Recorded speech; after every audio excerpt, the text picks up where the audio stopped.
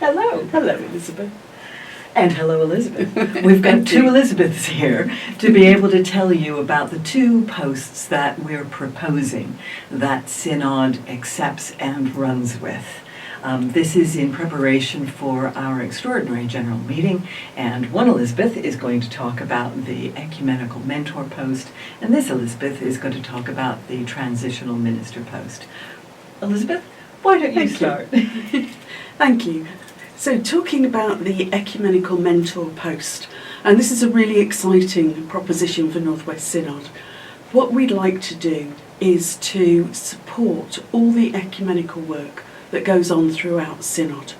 That might be the more relaxed ecumenical work, the partnerships, the conversations, those events that are happening, all the way through to the legally binding ecumenical work in Cumbria of the God for All partnership.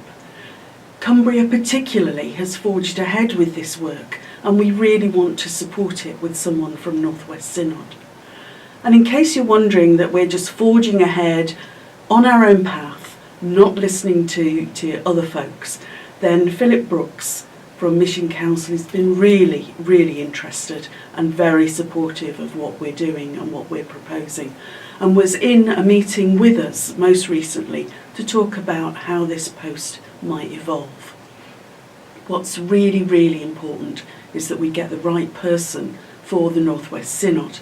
This is going to be an important role, a big role, and we hope really helpful for every church within the Synod. So this role doesn't have to be a minister or a particular sort of person. What's important for us is that we get the right person for the role. So we're broadening out the possibilities of the job applications to make sure that the right person is there. Does this person have to be from the United Reformed Church? No, they don't have to be from the United Reformed Church. We want to make sure that we have a person who's very comfortable working in ecumenical relationships. So therefore, it could be someone who has experience of working ecumenically with the URC rather than a URC member.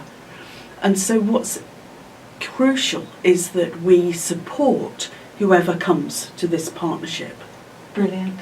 Thank you. And as Elizabeth starts to talk about the Transitional Minister post, you know, when you're in school and a teacher goes off on holiday, you have somebody called a supply teacher.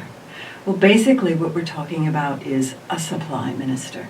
When there's a gap in ministry for one reason or another, that's not a permanent gap. It's not a gap where we can no longer have on deployment figures a minister. It's a gap of one reason or another. Could be there's a vacancy in a missional partnership. It could be that there's an exciting project going on in a missional partnership where one of the partnership ministers has been hugely involved in imagining and dreaming and designing this project along with mentors and the transformational director.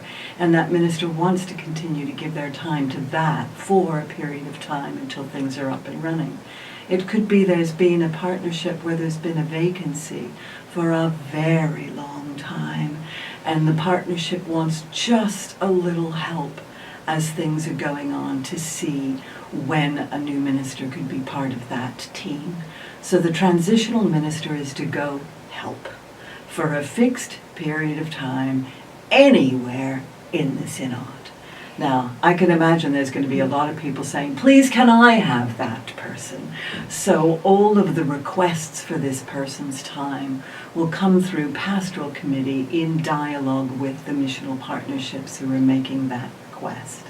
This person will be a United Reformed Church minister because they really do need to understand the ways and movements of the URC.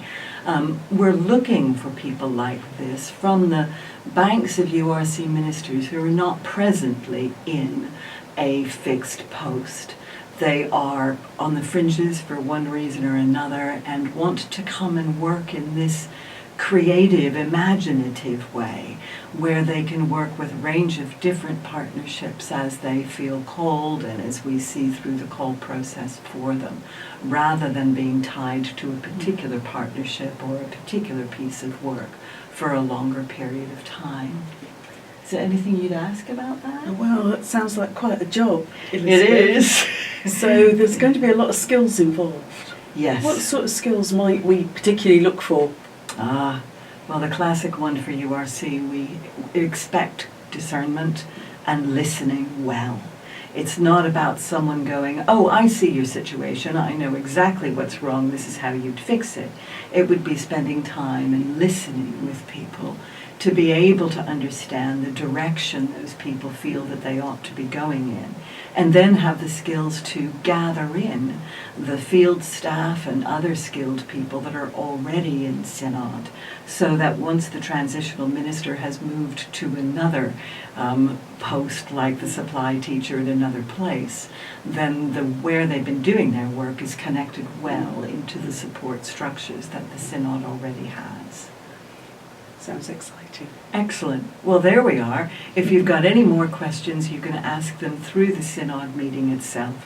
But we thought that rather than just giving you a piece of paper to explain what we had in mind, that talking about this stuff together would help you understand what we hope and dream that these posts will bring to Northwestern Synod. Thank you for listening.